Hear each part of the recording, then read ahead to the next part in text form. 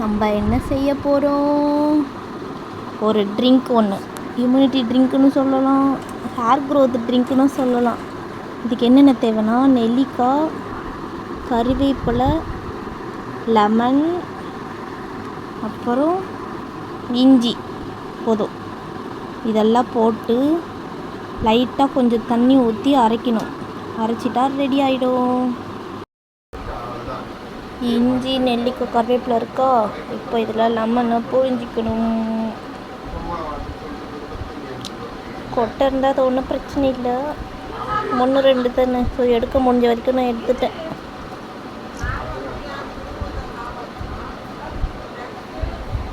So 2 lemon தான் இருக்குது. நான் இதுக்கு முன்னாடி ஒன்று செஞ்சு அதில் வந்து பீட்ரூட் போட்டிருப்பேன். இப்போ பீட்ரூட் இல்லாத காரணத்தால் ஸோ இது வரைக்கும் போதும்.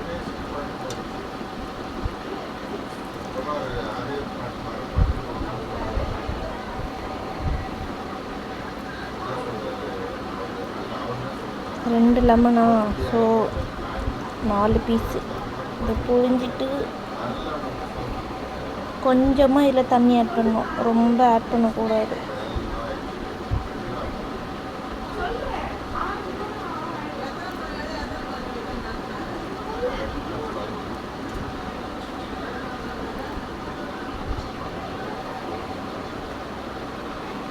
அப்புறம் கொஞ்சமாக தண்ணி, ரொம்பலாம் ஊற்றக்கூடாது.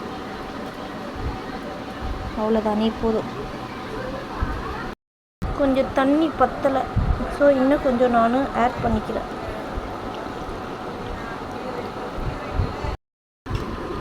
நைஸாக அரைச்சதோ இப்படி இருக்குது. ஸோ இதை நம்ம இப்போது வடிகட்டிக்கலாம். ஓகேவா?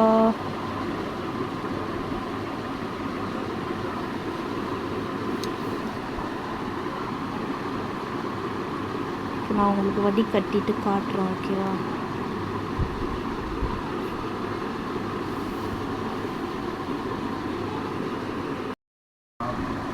ஐஸ் க்யூப் ட்ரேயில் ஊற்றியாச்சு. எனக்கு இத்தனை ட்ரே தான் ஃபில் ஆச்சு. எவ்வளோ வடிகட்டிட்டோன்னா இது இந்த மாதிரி திப்பி மட்டும் தனியாக வரும். ஸோ அந்தளவுக்கு நல்லா வடிகட்டணும்.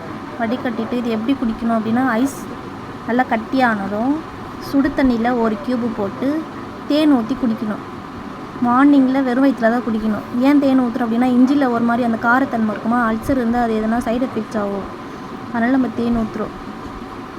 நாளைக்கு ஷார்ட்ஸில் வரும். ஓகேவா? எப்படி குடித்தோம் அப்படின்றது. Okay, bye bye. Thanks for வாட்சிங். அப்படியே சப்ஸ்கிரைப் பண்ணிடுங்க. அடுத்து நம்ம என்ன வீடியோ போடுறோமோ அது உங்களால் பார்க்க முடியும். ஓகேவா? Bye bye. Thank you. Thanks for வாட்சிங்.